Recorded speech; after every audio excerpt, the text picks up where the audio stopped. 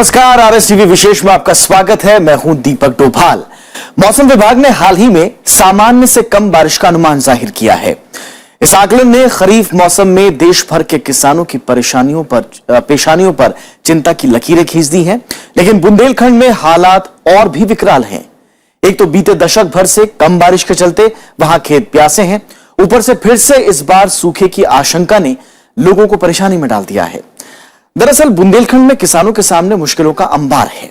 अगले आधे घंटे में हम बुंदेलखंड के किसानों के सामने खड़ी चुनौतियों, उनकी मुश्किलों और सरकारी योजनाओं से आपको रूबरू कराएंगे।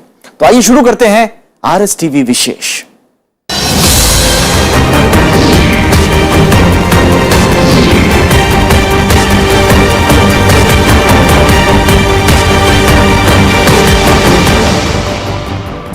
मौसम विभाग ने इस बार कम मॉनसून की भविष्यवाणी करके देश भर के किसानों को चिंता में डाल दिया है।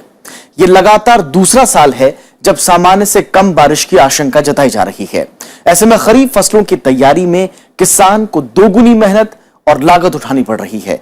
लेकिन बुंदेलखंड जैसे सूखे इलाकों पर यह भविष्यवाणी किसी कहर से कम नहीं है। सूखी जमीन और उस पर पसीना बहाते इस किसान पर आने वाले दिन और भारी पड़ सकते हैं। मौसम विभाग ने कहा है कि इस बार औसत मानसून का मात्र 88% ही आसमान से बरसेगा। इससे पहले जब अप्रैल में मौसम विभाग ने अनुमान जाहिर किया था तो वो आंकड़ा 93% था, लेकिन महीने भर बाद उसमें भी 5% की कमी आ गई। यानी कुल मिलाकर इस बार मानसून में 12% की कमी के आसार हैं। लिहाजा खरीफ की फसल को लेकर देश भर में चिंता पसर गई है। कृषि मंत्रालय ने कम उत्पादन की आशंका को देखते हुए फौरी राहत के लिए कंटीजेंसी प्लान बनाया है।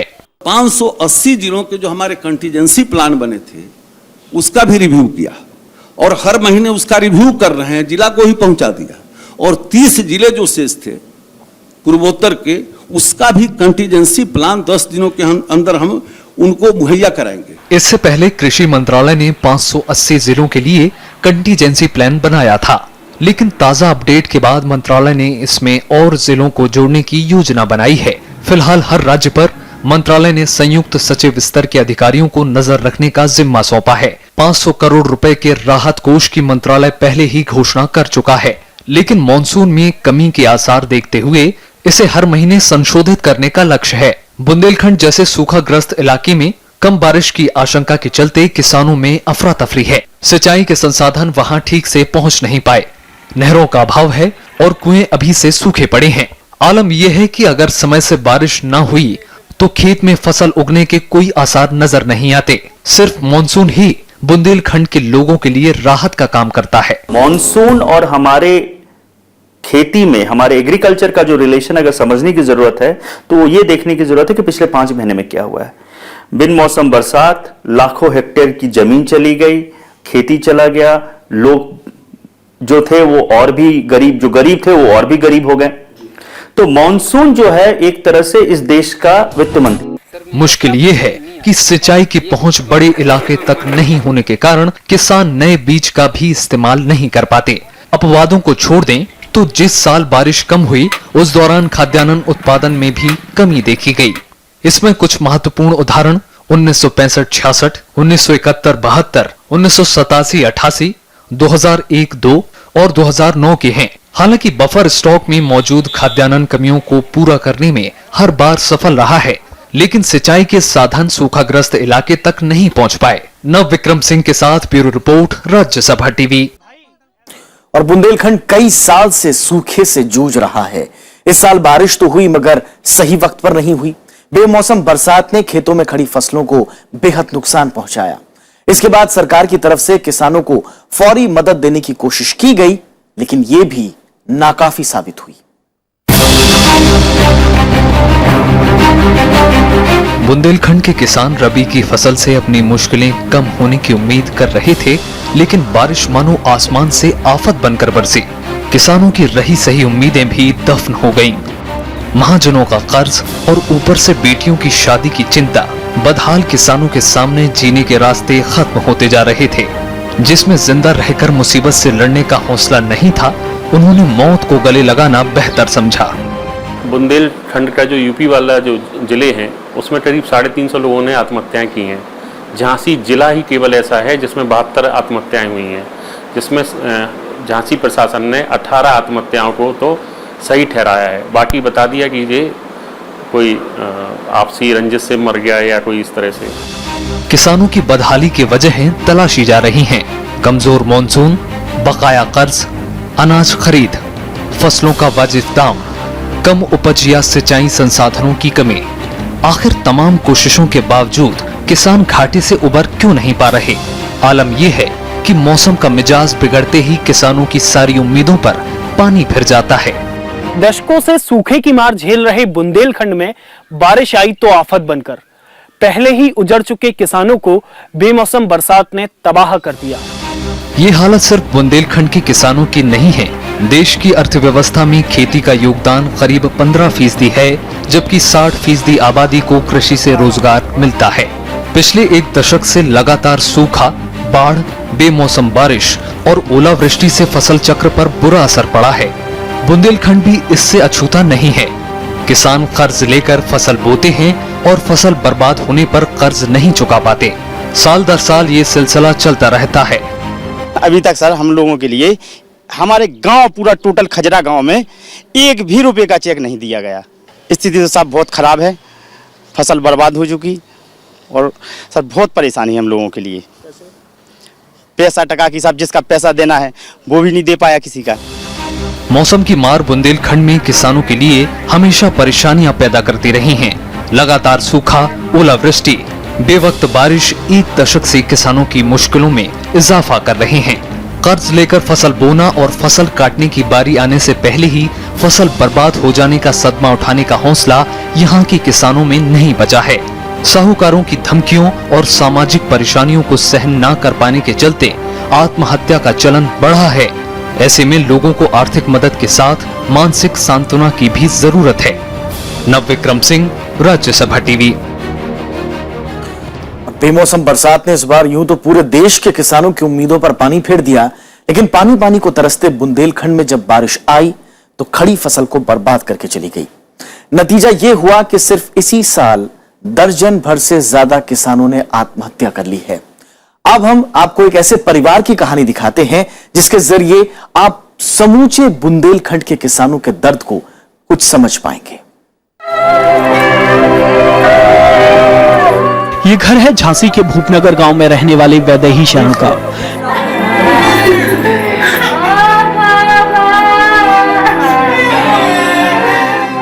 बीते दिनों ट्रेन के आगे कूदकर वैदेही शरण ने जान दे दी। घर में 3 बेटियां थीं और उनकी शादी में हिस्से की सारी जमीन बिक गई। घर की माली हालत पहले ही खराब थी, वैदेही के गुजरने के बाद अब और ज्यादा चरमरा गई है। कुछ महीने पहले खेत में जब मटर की फसल बोई गई तो पूरे परिवार को उम्मीद थी कि वर्षों से चली आ रही आर्थिक तंगी से इस बार कुछ निजात मिल जाएगी। फसल अच्छी थी, लेकिन बेमौसम बारिश और ओले की चपेट में आकर सारी फसल बर्बाद हो गई। कर्ज का बोझ जब सहन नहीं हुआ तो वैदेही ने दुनिया छोड़ दी। 2 बहनें बड़ी और एक छोटी है। उसकी शादी में कर्ज कब लिया था पता नहीं, और हमारी पढ़ाई में और बहनों की शादी में 6 बीघा जमीन बेच दी और फिर भी कहते हैं कर्ज लिया है, देना है। परेशानियां है भाई साहब। हाँ, ऐसे जगह मांगा में 3 साल हो गए, कुछ नहीं हुआ। जोता की जगह में नहीं हुआ कुछ, और शादी संबंध में हो गए, अब बेद गए। अब उनने बताई नहीं है, जाकत रह के कर्ज है, कर्ज है। ये सिर्फ वैदेही शरण की कहानी नहीं है, बल्कि बुंदेलखंड के इलाके में ऐसी घटनाएं आम हैं। मौसम का मिजाज अगर पलटा तो कई घरों में मातम फैल जाता है। बुंदेलखंड के किसानों की मुश्किलें अथाह हैं। खेती के लिए न तो इनके पास आधुनिक तकनीक है और न ही जरूरी संसाधन। पानी पानी को तरसते बुंदेलखंड में सूखे कुएं और सूखे तालाब का मंजर चारों तरफ नजर आता है। सिंचाई के लिए लोग आसमान की ओर टकटकी बांधे रहते हैं। सही वक्त पर बारिश हुई तो फसल लहलहाएगी, और अगर बेमौसम बरसात हुई तो चारों तरफ नाउम्मीदी पसर जाती है। उसको सही तरीके से जो पहली सिंचाई है वो भी नहीं हो पाई सही तरीके से। अच्छा, इसके बाद जो पानी लगातार बरसा, ओलावृष्टि भी हुई और पानी इतना ज़्यादा बरसा कि मटर उसी में धीरे धीरे पीली पड़ती गई। दवा ववा काफ़ी छिड़कने के बाद भी वो मटर फिर काटने के मतलब की भी नहीं रही कि किसानों ने वहीं पर छोड़ दी उसको खेत में। गेहूं की फसल उन खेतों में हुई जहां उनके निजी सिंचाई के साधन थे, और सिंचाई के साधन के बाद जब फसल पकने को तैयार हुई तभी यहाँ ओलावृष्टि और अतिवृष्टि हुई। उस अतिवृष्टि से फसल वहीं झड़ गई और वो काटने लायक नहीं रह गई। अधिकांश फसल 80% गेहूं की नष्ट हुई और चना और मटर तो 100% नष्ट हो गई। इस साल जनवरी से लेकर अप्रैल के दौरान दर्जन भर से ज्यादा किसानों ने बुंदेलखंड में अपनी जान दे दी। सबके परिवार अलग अलग थे, गांव अलग अलग थे, लेकिन परेशानियां कमोबेश एक जैसी। किसी ने बैंक से कर्ज लिया था, किसी ने महाजन से। फसल काटने की जब बारी आई तो ऐन वक्त पर ओले ने फसल को ले लिया। मुश्किलें यहीं तक सीमित नहीं है। बर्बाद फसलों के बदले जब मुआवजे की रकम का बंटवारा शुरू हुआ तो लेखपालों ने कुछ से घूस मांगी और कुछ को 1000 रुपए से भी कम का चेक मिला। बुंदेलखंड में खेती का ये आलम है कि जान और फसल की कीमत में बड़ा फासला नहीं रह गया। नवविक्रम सिंह, राज्यसभा टीवी, भूपनगर। तो आजादी के करीब 67 साल बाद भी तमाम सरकारें बुंदेलखंड की सूखी धरती पर सिंचाई के बंदोबस्त करने में नाकाम साबित रही हैं। ऐसे में फसल से मुनाफा कमाना तो दूर, इसकी कीमत निकालना भी मुश्किल हो गया है। बीते सालों में खेती में तकनीक का इस्तेमाल बढ़ा है, लेकिन बुंदेलखंड आज भी खेती के पुराने तरीकों पर ही निर्भर है। बुंदेलखंड के राजापुर के किसान बंजर धरती से पानी निकालने की आखिरी कोशिश में जुटे हैं।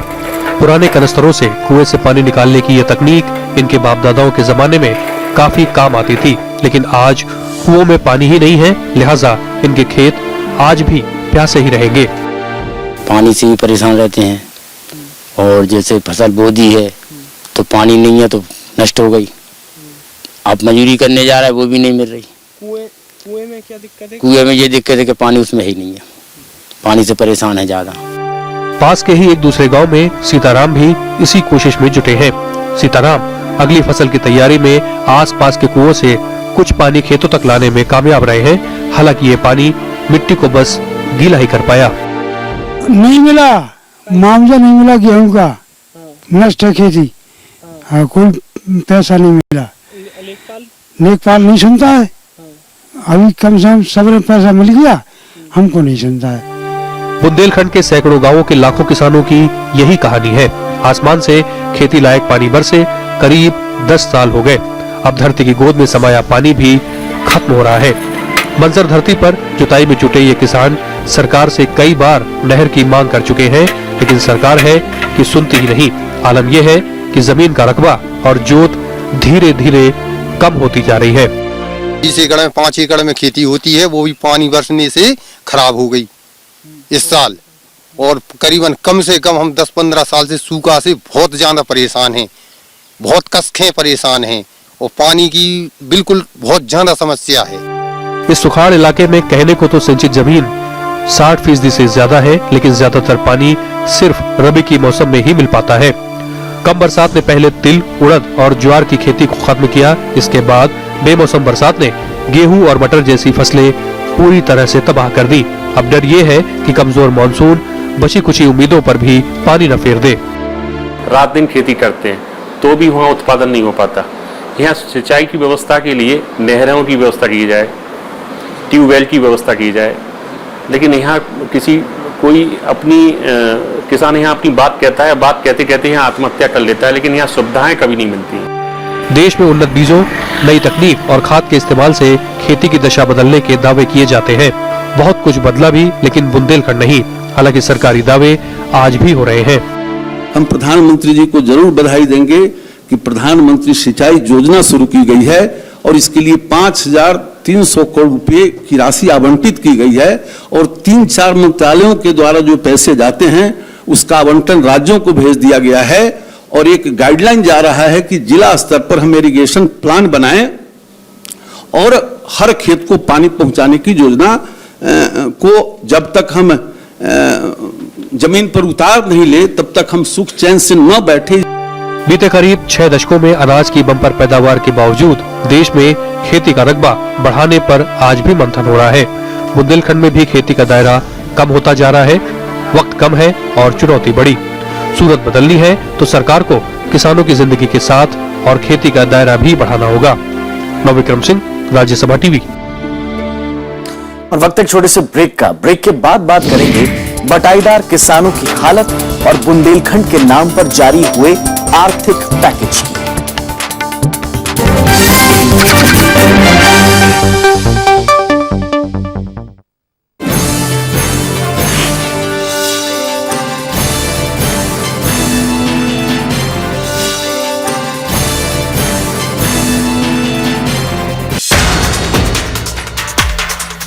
सरकार ने दी चीनी सेक्टर को बड़ी राहत। 6,000 करोड़ के ब्याज रहित लोन की दी मंजूरी। केंद्रीय कैबिनेट का फैसला। देखिए पहली खबर, गन्ना किसानों को राहत, आज रात 8 बजे।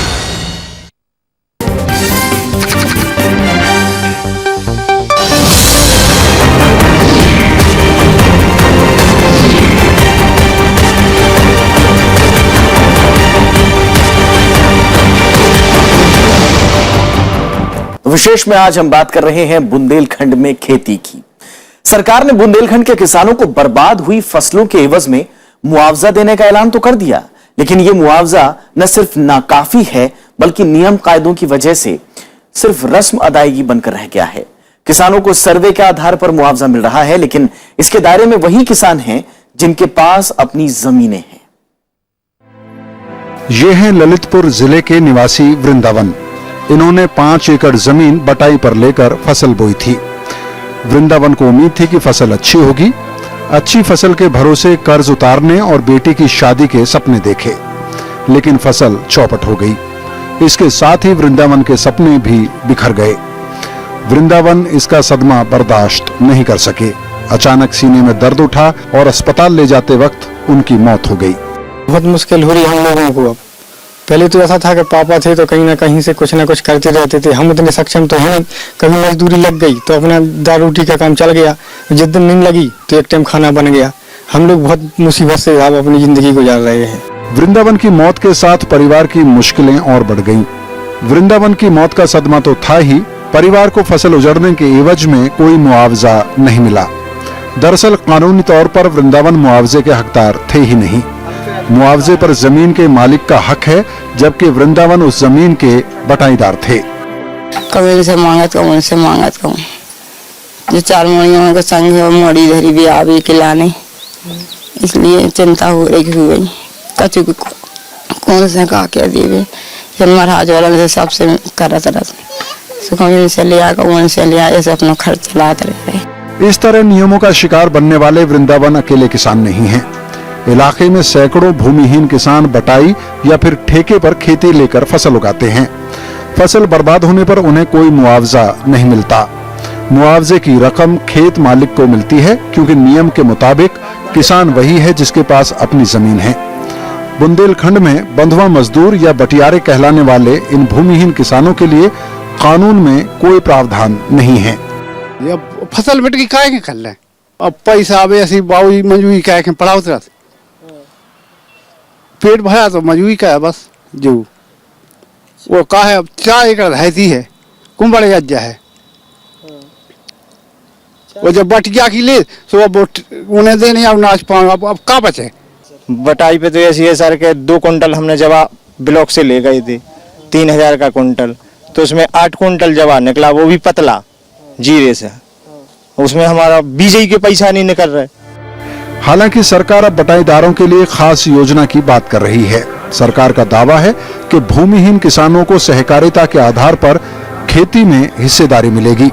पहले वाली व्यवस्था थी और उस प्रकार के जहां मजदूर हैं, निश्चित रूप से जो राज्य सरकारों के अंदर व्यवस्था होगा, रेवेन्यू होल्डर्स होंगे, उनको देते होंगे।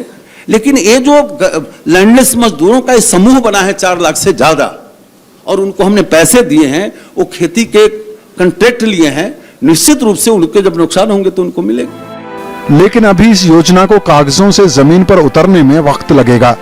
बुंदेलखंड जैसे इलाकों में सरकारी योजनाओं के नतीजे दिखाई नहीं देते। खेती में लगातार घाटे की वजह से लोगों का खेती से मोह भंग हो रहा है। हाल ये है कि किसान खेती से तौबा कर शहरों का रुख कर रहे हैं, जहां मजदूरी करके पेट पालना कहीं ज्यादा आसान है। नवविक्रम सिंह, राज्यसभा टीवी। तो इस तरह से देश में किसानों के सामने मुश्किलों का अंबार है, ये साफ है। खेती किसानी का संबंध सिर्फ खेत तक ही सीमित नहीं है।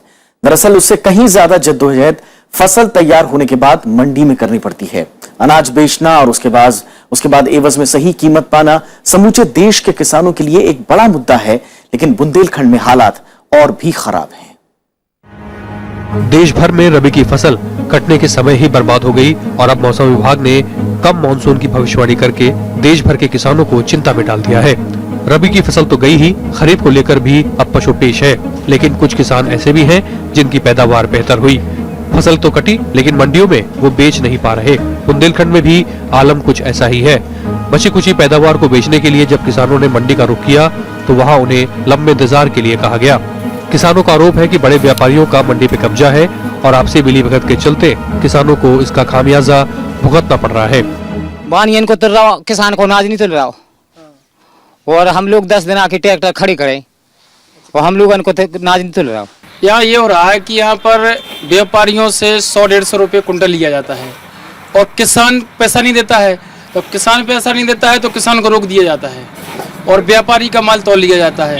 और व्यापारी लोग क्योंकि देने में सक्षम हैं, वो 1200 रुपये में लेते हैं किसान से और वो 100-150 रुपये दे के तुलवा लेते हैं। इसलिए किसान को रोक दिया जाता है। किसान की कोई सुनता नहीं है और किसान फिर यहाँ पर 8-10 दिन से पड़ा है। फसल बेचना अब इतने जद्दोजहद का मामला बन गया है तो किसानों के सामने आंदोलन के अलावा और कोई चारा नहीं रह गया। किसानों में गुस्सा है और वो मंडी की मौजूदा व्यवस्था को बदलना चाहते हैं, लेकिन उनकी सुध लेने वाला कोई नहीं है। यहाँ किसानों का माल नहीं लिया जाता है, किसानों को ये गुमराह करके भगा दिया जाता है कि ये रजिस्टर में 40 हैं, जब 40 किसानों का हो जाएगा इसके बाद आपका तुलेगा। इस वजह से किसान मंडी में चला जाता है, मंडी में व्यापारी खरीद करके 1235, 1230 और यहाँ पे 1450 रुपया कुंटल समिति में बेचते हैं। मुश्किलें यही खत्म नहीं हो रही। बुंदेलखंड में जिन फसलों की पैदावार ज्यादा है उनके रखरखाव के लिए संसाधनों का भारी अभाव लंबे समय से रहा है, लेकिन सरकार के कदम अब तक नाकाफी साबित हुए हैं। बुंदेलखंड में मटर, मूंगफली और अदरक का बड़े पैमाने पर उत्पादन होता है, लिहाजा इसके लिए प्रोसेसिंग यूनिट की मांग वर्षों से उठ रही है। मटर और टमाटर जैसे जल्द खराब होने वाली फसलों के लिए अगर गोदाम की व्यवस्था हो तो किसानों को उम्मीद है कि इससे बेहतर दाम उन्हें मिल पाएंगे। बुंदेलखंड में खासतौर से 3-4 फसलें होती हैं, जैसे यहाँ मूंगफली बहुत होती है, अदरक की खेती बहुत होती है, टमाटर बहुत होता है, मटर बहुत होती है। यदि यहाँ पे प्रोसेसिंग प्लांट लगा दिए जाएं, मैं ये नहीं कहता हूँ कि सरकार लगाए, जो प्राइवेट व्यापारी हैं जैसे सफल मटर है, कोई ऑयल प्लांट है या टोमेटो केचप वाले किसान वाले हैं, यदि इस तरह का जो व्यापारी लोग यहाँ बड़े प्लांट लगाएं तो यहाँ के किसानों को उसकी फसलों के वाजिब दाम मिल जाएंगे। बाजार में फसलों की बिक्री और उनकी सही कीमत की वसूल का मुद्दा देश भर में किसान आंदोलनों के एजेंडे में रहा है। बुंदेलखंड जैसे पिछड़े इलाके में इसकी जरूरत को जानकार भी समझ रहे हैं और सरकार भी, लेकिन समस्या का निपटारा नहीं हो पा रहा। हालांकि कृषि मंत्रालय लगातार ये आश्वासन देता रहा है कि वो किसानों की मुश्किलों से वाकिफ है। कृषि के क्षेत्र में जो हम कुछ कर रहे हैं या जो हमारी दृढ़ता है, तो जो संकट आते हैं या आएंगे, संकट आते हैं तो उसका नुकसान तो होना ही है, लेकिन उतना नुकसान नहीं होने देंगे क्योंकि हमारे अंदर दृढ़ता है, हमारे अंदर योजना है, हम उस दिशा में अपनी तैयारी भी करते हैं।